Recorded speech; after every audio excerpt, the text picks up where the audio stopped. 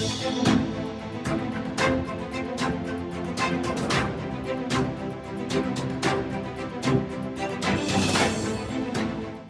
सरकार ने citizenship amendment act यानी सीएए कानून देश भर में लागू कर दिया है। इससे पाकिस्तान, बांग्लादेश, अफगानिस्तान से आए गैर मुस्लिम शरणार्थियों को नागरिकता मिलने का रास्ता साफ हो गया है। लोगों ने सरकार के इस फैसले का स्वागत किया है। लोगों का कहना है कि कानून लाकर सरकार ने संजीवनी देने का एक महत्वपूर्ण और मानवतापूर्वक कार्य किया है। आपको बता दें कि 12 दिसंबर 2019 को राष्ट्रपति ने नागरिकता संशोधन कानून को मंजूरी दी थी। 6 महीने के भीतर नियम बनाकर इसे लागू करना था, लेकिन 4 साल और 8 एक्सटेंशन के बाद 11 मार्च को सरकार ने इसका नोटिफिकेशन जारी कर दिया। सरकार ने पूरी प्रक्रिया को ऑनलाइन बनाया है। बताया जा रहा है कि www.indiancitizenship.online.nic.in पर अप्लाई किया जा सकता है। हालांकि वेबसाइट में अभी तक सीएए के एप्लीकेशन का कोई लिंक एक्टिवेट नहीं हुआ है। ऐसे में आवेदकों को वो साल बताना होगा जब उन्होंने दस्तावेजों के बिना भारत में प्रवेश किया था। उनसे कोई दस्तावेज नहीं मांगा जाएगा। गृह मंत्रालय जांच करेगा और उन्हें नागरिकता जारी कर दी जाएगी। 31,313 लोग इस कानून के जरिए नागरिकता हासिल करने के योग्य होंगे। जनवरी 2019 में संयुक्त संसदीय समिति ने अपनी रिपोर्ट में बताया था कि 31 दिसंबर 2014 तक भारत, पाकिस्तान और बांग्लादेश से 31,313 गैर मुस्लिमों ने भारत में शरण ली है। सीएए का सबसे ज्यादा लाभ बंगाल में मतवा समुदाय को ही होने वाला है। भारत के विभाजन के बाद पूर्वी पाकिस्तान, जो अब बांग्लादेश से बड़ी संख्या में हिंदू मतवा शरणार्थी बंगाल आ गए थे। ये ऐसे शरणार्थी हैं जिन्हें आज तक भारतीय नागरिकता नहीं मिल पाई है। कई दशकों से ये लोग भारतीय नागरिकता की लगातार मांग कर रहे थे, जो अब पूरी होने वाली है। बंगाल में मतवा शरणार्थी मुख्य रूप से बांग्लादेश की सीमा से लगे उत्तर 24 परगना, दक्षिण 24 परगना, नदिया, जलपाईगुड़ी, सिलीगुड़ी, कूच बिहार के अलावा पूर्व व पश्चिम बर्धमान जिले में फैले हुए हैं। देश विभाजन के बाद हरिचंद गुरुचंद ठाकुर के वंशज प्रमथा रंजन ठाकुर और उनकी पत्नी वीणा पाणी देवी उर्फ बड़ोवा ने मतवा महासंघ की छत्रछाया में राज्य में मतवा समुदाय को एकजुट किया और उन्हें भारतीय नागरिकता दिलाने के लिए कई आंदोलन किए।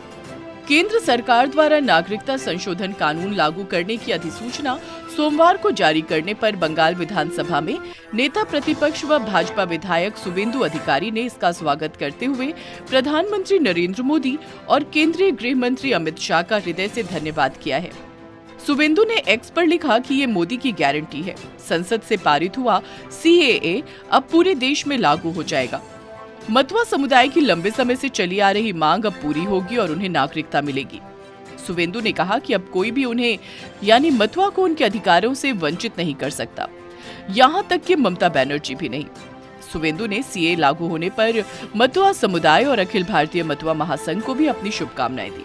2019 में सीएए पारित हुआ, जिसके बाद से इसका विरोध शुरू हो गया। जामिया मिलिया इस्लामिया से शाहीन बाग तक, लखनऊ से असम तक हिंसक विरोध प्रदर्शन में कई लोगों को जान भी गंवानी पड़ी। विरोध करने वालों में 2 तरह के लोग थे। पहला, असम समेत देश के पूर्वोत्तर राज्य के लोग। वहां के अधिकांश लोगों को यह आशंका है कि इस कानून के लागू होने के बाद उनके इलाके में प्रवासियों की तादाद बढ़ जाएगी, जिससे पूर्वोत्तर राज्यों के कल्चर और भाषाई विविधता को नुकसान पहुंचेगा। दूसरा, भारत के अन्य क्षेत्र के लोग सीएए का विरोध इसलिए कर रहे हैं क्योंकि इसमें मुस्लिम शरणार्थियों को शामिल नहीं किया गया है। इस कानून में तीनों देशों से आए सभी 6 धर्म के शरणार्थियों को नागरिकता देने का प्रावधान किया गया है, जबकि मुस्लिम धर्म के लोगों को इससे बाहर रखा गया। विपक्ष का आरोप है कि इसमें खास तौर पर मुस्लिम समुदाय को निशाना बनाया गया है। उनका तर्क है कि यह संविधान के अनुच्छेद 14 का उल्लंघन है, जो समानता के अधिकार की बात करता है। बीजेपी ने कहा कि केंद्र सरकार सीएए के माध्यम से बांग्लादेश, पाकिस्तान और अफगानिस्तान के प्रभावित अल्पसंख्यक समुदायों को राहत देना चाहती है। मुस्लिम समुदाय इन देशों में अल्पसंख्यक नहीं बल्कि बहुसंख्यक है। यही कारण है कि उन्हें सीएए में शामिल नहीं किया गया। ऑल असम स्टूडेंट्स यूनियन यानी एएएसयू और 30 स्वदेशी संगठनों ने सोमवार को कहा कि वो राज्य भर में नागरिकता संशोधन अधिनियम की प्रतियां जलाएंगे। संगठन के मुख्य सलाहकार समुज्जल भट्टाचार्य ने कहा कि वे सीएए के खिलाफ अपनी अहिंसक, शांतिपूर्ण, लोकतांत्रिक आंदोलन जारी रखेंगे, साथ ही कानूनी लड़ाई भी लड़ेंगे। AIMIM नेता अज़दुद्दीन ओवैसी ने कहा है कि आप क्रोनोलॉजी समझिए। पहले इलेक्शन का सीजन आएगा और फिर CAA के रूल्स। उन्होंने लोगों से इसका विरोध करने को कहा है। CAA को लेकर सुप्रीम कोर्ट में 200 से ज्यादा जनहित याचिकाएं दायर की गई थी। 19 दिसंबर 2019 को उस वक्त के चीफ जस्टिस UU ललित की अध्यक्षता वाली बेंच ने इस पर पहली बार सुनवाई करते हुए कहा था कि सरकार का पक्ष जाने बगैर कोर्ट इस पर कोई निर्णय नहीं लेगी। जिसके बाद सरकार ने इस कानून को लेकर सुप्रीम कोर्ट में एक एफिडेविट भी प्रस्तुत किया था, जिसमें CAA को कानून का अंग बताकर इसका बचाव किया गया था।